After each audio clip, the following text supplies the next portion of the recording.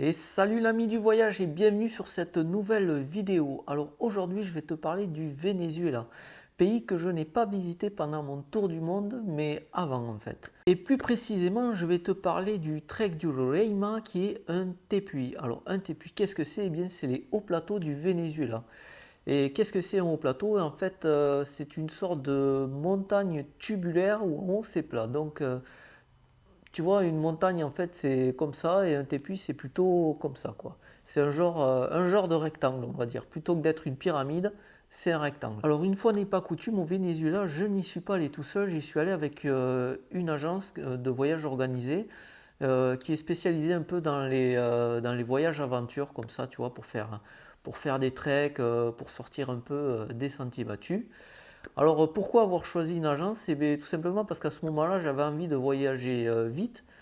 J'avais vite envie de partir en fait et j'avais pas trop envie de me prendre la tête à organiser un truc.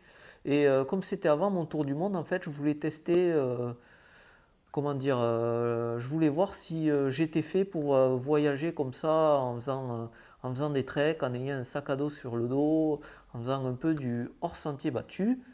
Et enfin, il faut savoir aussi que le Venezuela, tu le sais peut-être d'ailleurs, c'est un pays très dangereux et il vaut mieux pas s'y balader tout seul en fait. Donc je parlerai de ça dans une prochaine vidéo parce que c'est un sujet assez compliqué. Voilà, ça c'était pour les petites précisions. Alors maintenant, le trek du Roraima, comment ça se passe? Eh bien, c'est 5 ou 6 jours, je crois, je me souviens plus très bien. Et alors, il y a 2 jours pour la marche d'approche en fait, où on va se rapprocher du tepuy. Ensuite, il y a un jour où on fait l'ascension du tepuy et on visite un peu ce qui se passe en haut, on installe le campement, etc. Un autre jour où on visite le sommet du Roraima, voir ce qui s'y passe. Et ensuite, le reste du temps, eh bien, on redescend et on fait la marche de retour. Donc le premier jour de la marche d'approche, en fait, ça se passe dans la Grande Savana, la grande savane. Alors ça porte le nom de grande savane, mais bien sûr il n'y a pas de lion, de girafe et tout, ouais, c'est pas comme en Afrique. C'est juste parce que c'est une plaine qui s'étend à perte de vue, c'est pratiquement plat partout et c'est assez aride quand même. C'est pas un désert, mais voilà, c'est une savane quoi, c'est surtout de l'herbe, il y a très peu d'arbres. Donc voilà, on traverse cette grande savane et le soir, on s'arrête dans une sorte de petit village. Alors, c'est pas vraiment un village, c'est même pas un bourg. En fait, il y a deux cabanes qui se battent en duel. Et donc, on s'arrête là parce que voilà, il y a des tables pour manger, un petit toit pour se mettre à l'ombre. Et on plante les tentes. Et le soir, on dort là. Le deuxième jour de marche d'approche, alors là, on commence, comme son nom l'indique, à se rapprocher du Roraima. Et là, effectivement, on se rend compte à quel point ces montagnes sont assez étranges, en fait, tu vois, c'est vraiment... c'est pas comme une chaîne de montagnes qu'on a l'habitude de voir, tu vois, quand tu vois une montagne, généralement, tu en vois plusieurs, tu vois, il y a plusieurs pics et tout, bon, voilà, tu as déjà vu des montagnes dans ta vie, et en fait, un tepuy, c'est pas ça du tout, c'est vraiment un truc qui est posé comme ça au milieu, on dirait que ça vient de nulle part en fait. Alors il faut savoir que juste à côté du Roraima, en fait, il y a un autre tepuy qui s'appelle Kukenan, et entre les deux, il y a un vide dans lequel s'engouffrent les nuages en fait, et c'est vraiment impressionnant de voir ça parce que tu vois vraiment, on dirait une sorte de route pour les nuages si tu veux, tu vois vraiment un tépuis, un second tépuis, un trou et les nuages qui passent à l'intérieur, quoi. C'est comment dire, c'est assez irréel en fait à regarder comme paysage. Et lors de cette deuxième journée, on fait aussi connaissance avec le puri puri. Alors le puri puri, qu'est-ce que c'est? Eh bien c'est un tout petit moucheron, tu vois, vraiment, vraiment minuscule, tu le vois à peine, qui te suce le sang comme un moustique en fait. Donc voilà, c'est une petite bestiole qui pique et tu le sens pas de suite en fait.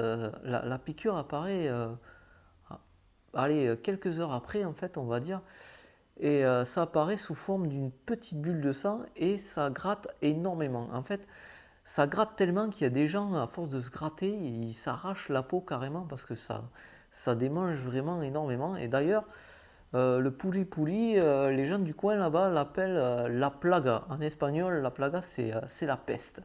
Donc, t'imagines le truc. Alors, moi, j'ai de la chance parce que j'attire pas trop les petits animaux, les moustiques, les bestioles qui piquent comme ça, je les intéresse pas beaucoup. Alors je me suis fait piquer un petit peu et c'est vrai que ça gratte pas mal, quoi, ça gratte beaucoup. Mais voilà, il y a mes amis du moment que j'ai rencontrés pour ce voyage, effectivement, ils se sont fait dévorer. Alors surtout les femmes, elles se sont fait pas mal bouffer par le pouli-pouli. Et voilà, effectivement, ça gratte. Alors elles en avaient, les pauvres, mais vraiment plein les jambes, tu vois, et ça fait vraiment une toute petite bulle de sang, tu vois, rouge, quoi, et qui sèche après, c'est pas très élégant, et surtout, encore une fois, ça gratte énormément, c'est vraiment le fléau du truc. Alors, pour se protéger, ben, il n'y a rien à faire à part mettre des pantalons et tout. Alors moi j'avais un grand pantalon, tu vois, un truc spécial savane pour les treks et tout, donc ça m'a protégé pas mal.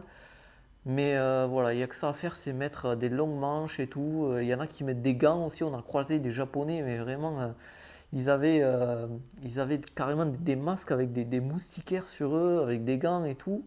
Et faut savoir que c'est difficile de marcher avec tout un équipement comme ça, avec des gants et tout, parce que il fait hyper chaud, quoi, hein.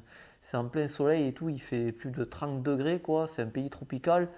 Donc ouais, c'est la galère de marcher tout équipé, quoi. Donc voilà, au final de cette deuxième journée de marche d'approche, on s'arrête au camp de base, juste vraiment au pied du Roraima pour dormir et le lendemain faire l'ascension. Et nous voilà le troisième jour pour faire l'ascension du Roraima. Alors là, le paysage a quand même changé.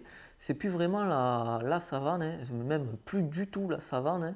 C'est plus cette herbe un peu jaune, tu vois, assez grande.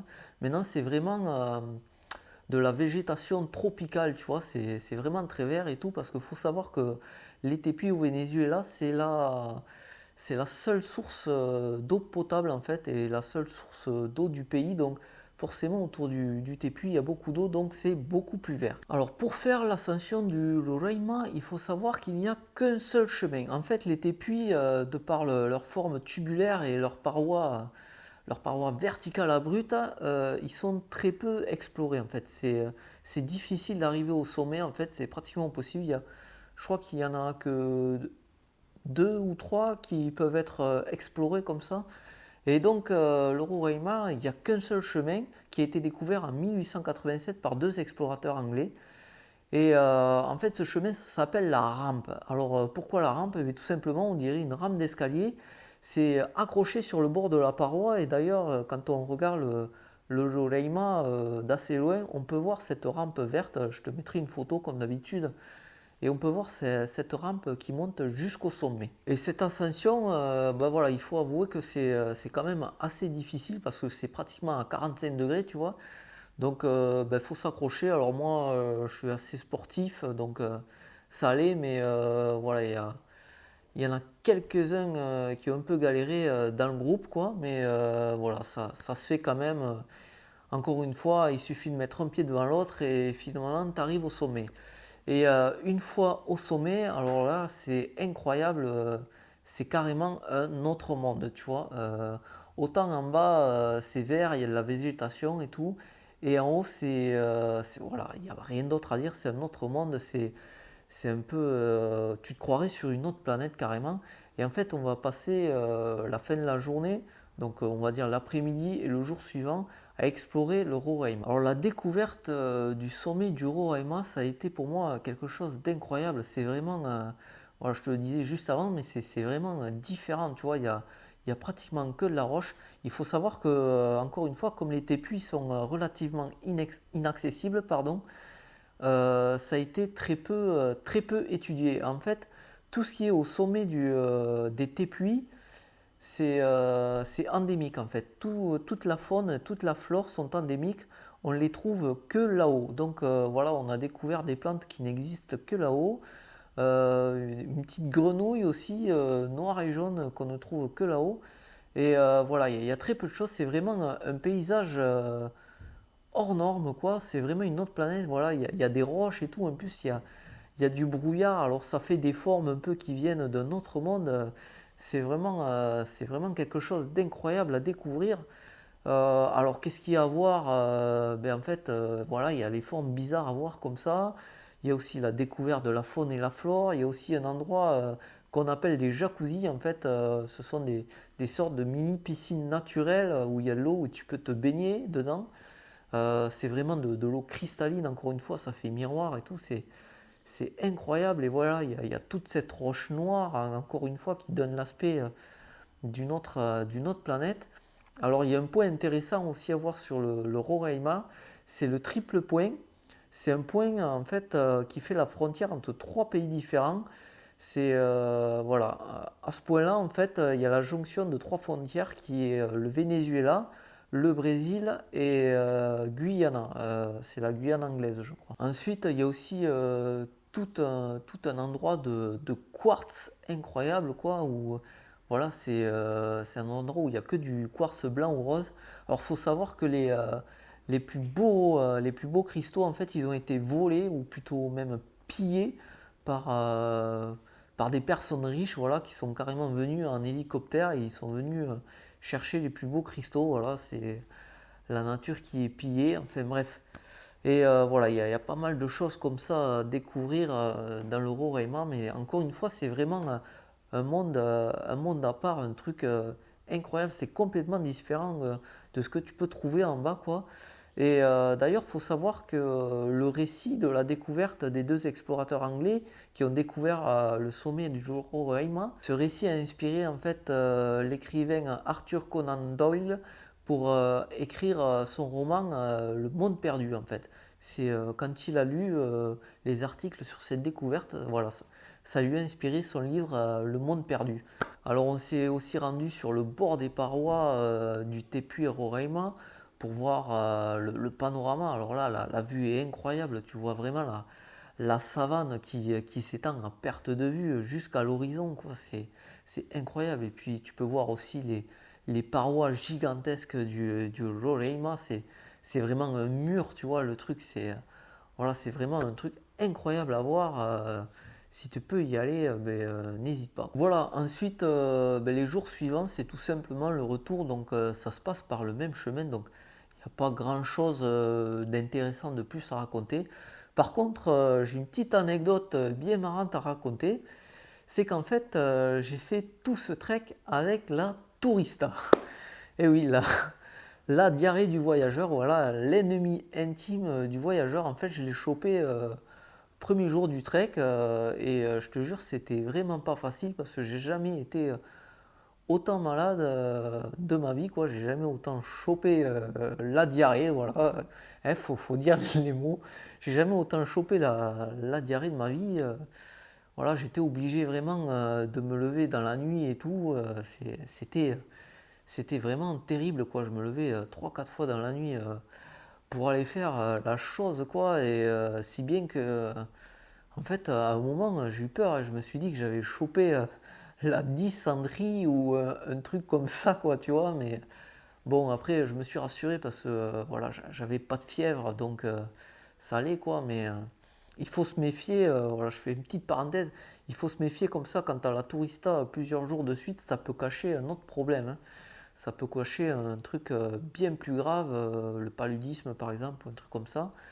Mais voilà, là j'avais pas de fièvre et tout. Alors c'est vrai, ça allait pas bien, quoi. J'étais vraiment un peu en vrac, mais c'était pas plus grave qu'une tourista. Donc voilà, je dois t'avouer que l'ascension de la rampe a été très difficile. Alors par chance, avec nous, il y avait une nana qui faisait des analyses en laboratoire, des trucs comme ça. Et en fait, elle avait des cachets qui permettent de bloquer le transit. Alors normalement, il ne faut jamais faire ça, hein, parce que la tourista, c'est...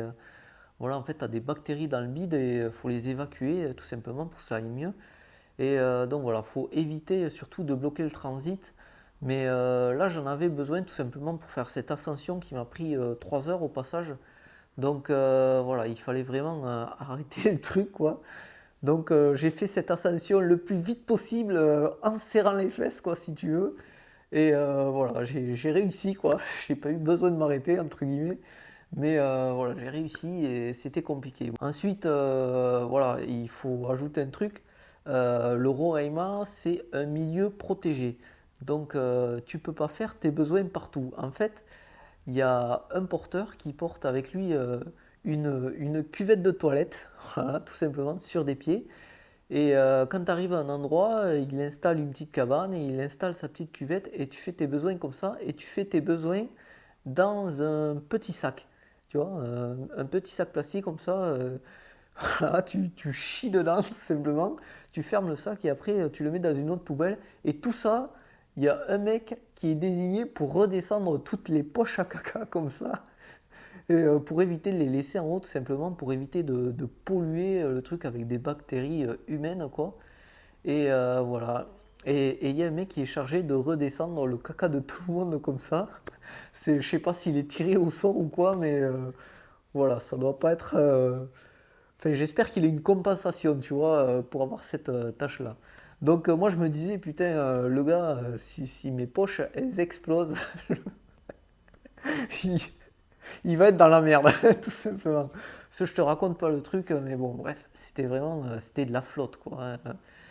Bref, voilà, quoi. Donc j'ai eu la tourista pendant l'ascension du Roraima, et pendant, vraiment, pendant les 6 jours, hein, du début, quand je suis parti, jusqu'au retour, quand je suis arrivé au village final, quoi, pour repartir, j'ai eu la tourista. D'ailleurs, pendant le chemin du retour, j'ai eu une attaque. Alors c'est la grande savane, hein, t'as vu comment c'était sur les photos, c'est tout plat et tout, il n'y a pas un arbre, il n'y a pas un rocher, rien du tout.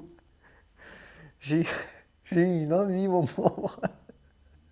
Heureusement, j'ai trouvé un rocher qui était perdu au milieu de la savane comme ça, mon pauvre. J'ai jeté mon sac, j'ai couru derrière le rocher, je me suis lâché, mais incroyable. C'était terrible, quoi. En plus, voilà, c'était la course au papier toilette, hein. Évidemment, t'as pas beaucoup de papier toilette. Et j'en avais récupéré. Tout ce que je pouvais récupérer, je récupérais les serviettes de table et tout.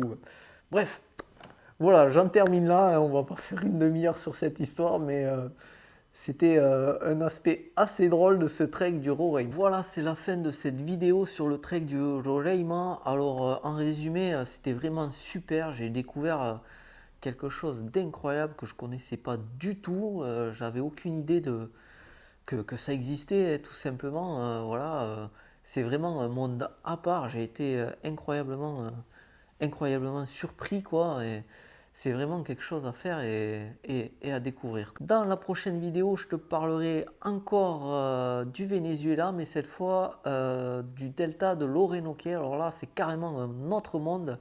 C'est voilà, c'est fleuve tropical et forêt tropicale. J'ai dormi en hamac dans la jungle et tout. C'était aussi génial et c'est une autre aventure. Et pour ne pas rater cette vidéo, eh bien, il faut t'abonner et cliquer sur la cloche. Voilà, ensuite tu peux aussi me suivre sur les réseaux sociaux, sur Instagram, c'est là où je suis le plus actif en fait, je poste plein de photos. Voilà, c'est vraiment sympa, donc ben, n'hésite pas. Voilà, en attendant la prochaine vidéo, je te dis à bientôt ici ou ailleurs dans le monde, et en attendant, explore, découvre, voyage, à plus.